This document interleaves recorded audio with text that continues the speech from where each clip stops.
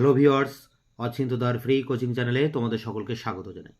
আজকের এই ভিডিওটিতে তোমরা যারা রবীন্দ্রভারতী ইউনিভার্সিটিতে ডিস্টেন্স এডুকেশনের মাধ্যমে MA PG হিস্ট্রি ফার্স্ট সেমিস্টারে পড়ছো, তোমাদের যে CC 1.5 পেপারটি রয়েছে আধুনিক ইউরোপের ইতিহাস, এই পেপারটির সাজেশন 2024 নিয়ে আজকের ভিডিওটিতে আলোচনা করা হবে। তো প্রথম প্রশ্ন তোমাদের যেটি ইম্পর্টেন্ট সেটি হচ্ছে discuss the factors behind the outbreak of the first world war. এর বাংলা করলে হবে প্রথম যুদ্ধে সংঘটিত হওয়ার পিছনে প্রধান কারণগুলি আলোচনা করো।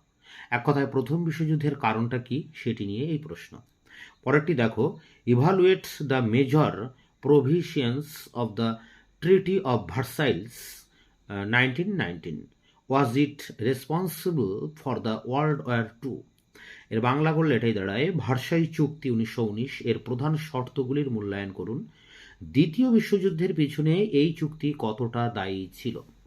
পরেরটি দেখো, assess the responses of the western world to emerging socialist state in Russia after 1917। 1917 খ্রিস্টাব্দে সমাজতান্ত্রিক রাষ্ট্র হিসেবে রাশিয়ার উত্থানে পশ্চিমী বিশ্বের প্রতিক্রিয়া কি হয়েছিল। পরে প্রশ্নটি দেখো, how did the Soviet leaders establish A socialist state after 1917, comments on the economic and political aspect. কীভাবে সোভিয়েত নেতারা 1917 সালের পর একটি সমাজতান্ত্রিক রাষ্ট্রের প্রতিষ্ঠা করেছিলেন, এক্ষেত্রে অর্থনৈতিক ও রাজনৈতিক দিক সম্পর্কে মন্তব্য করুন। তো এখানে দেখো পরপর দুটি প্রশ্ন রাখা হয়েছে সমাজতান্ত্রিক রাশিয়ার উপরে 1917 উপরে, একটা কিভাবে এটা তৈরি হচ্ছে, পশ্চিমী বিশ্বের প্রতিক্রিয়া কি, আরেকটি হচ্ছে সোভিয়েত নেতারা কিভাবে এই সমাজতান্ত্রিক রাষ্ট্রটি প্রতিষ্ঠা করছেন। পরেরটি দেখো ইম্পর্টেন্ট প্রশ্ন, what are the basic principles of the pre-Marxian socialism propagated by Saint Simon, Charles Fourier, Owen and Proudhon, trace contributions to utopian socialist to developed Western political thought. Saint Simon, Charles Fourier, Owen এবং প্রুধোর প্রাক মার্ক্সীয় সমাজতন্ত্রের প্রচারের মূল নীতিগুলি কী ছিল। পশ্চিমের রাজনৈতিক utopian সমাজতন্ত্রীদের অবদান আলোচনা করো। তো এটি খুব ইম্পর্টেন্ট একটি প্রশ্ন। তারপরেটি দেখো, discuss different theories of imperialism with special reference to Hobson and Lenin interpretations. Hobson ও লেনিনের ব্যাখ্যার উল্লেখ সহ সাম্রাজ্যবাদের বিভিন্ন তত্ত্ব আলোচনা করো।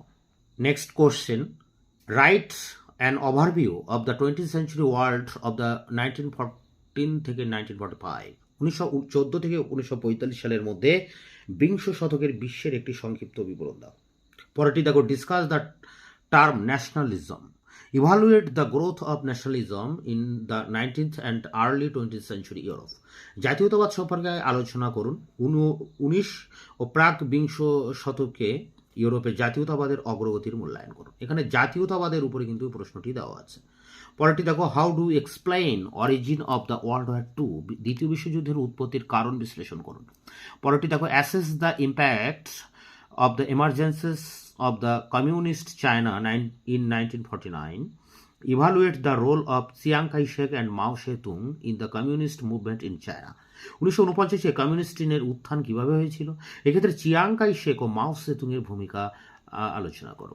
পরেরটা দেখো, write a critical note on Marxist communist manifesto, Karl মার্কসের কমিউনিস্ট ম্যানিফেস্টো সম্পর্কে আলোচনা করো। পরেরটি দেখো, examine Lenin's view on the state and revolutions, লেনিনের দৃষ্টিতে রাষ্ট্র ও বিপ্লব কেমন ছিল। পরেরটি দেখো, emergence of the Nazism in Germany, মানে নাসিজম ইন জার্মানি, বা অথবা আসতে পারে ফ্যাসিজম ইন ইটালি। এর বাংলা করলে দাঁড়ায় জার্মানিতে নাসিবাদের উত্থান অথবা ইটালিতে ফ্যাসিবাদের উত্থান। জার্মানি নাসিবাদ, ইটালির ফ্যাসিবাদ। পরেরটি দেখো, write a note on the great economic depression in 1939। 1939 সালে বিশ্ব অর্থনৈতিক মহামন্দা সম্পর্কে লেখো। এখানে কিছু এক্সট্রা কোশ্চেন দেওয়া আছে। দেখো, how do you explain the emergencies of the growth of capitalism in 20th century world, বিংশ শতকে বিশ্বে পুঁজিবাদের উত্থান বিকাশের কারণ ব্যাখ্যা করো।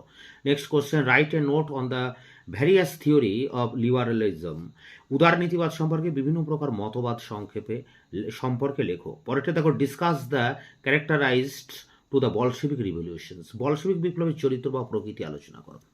এবং শেষ প্রশ্ন, how do you explain the failure of league of nation as peace keeping body in world politics, বিশ্ব শান্তি রক্ষাতে জাতিসংঘ কেন ব্যর্থ হয় এবং বিশ্ব শান্তি রক্ষার্থে জাতিসংঘের কার্যাবলীর মূল্যায়ন করুন।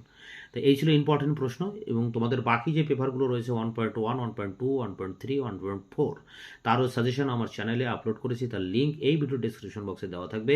তোমরা সেই ভিডিওগুলো অবশ্যই দেখে নেবে, তোমাদের পরীক্ষার জন্য তোমাদের কাজে লাগবে বা সুবিধা হবে।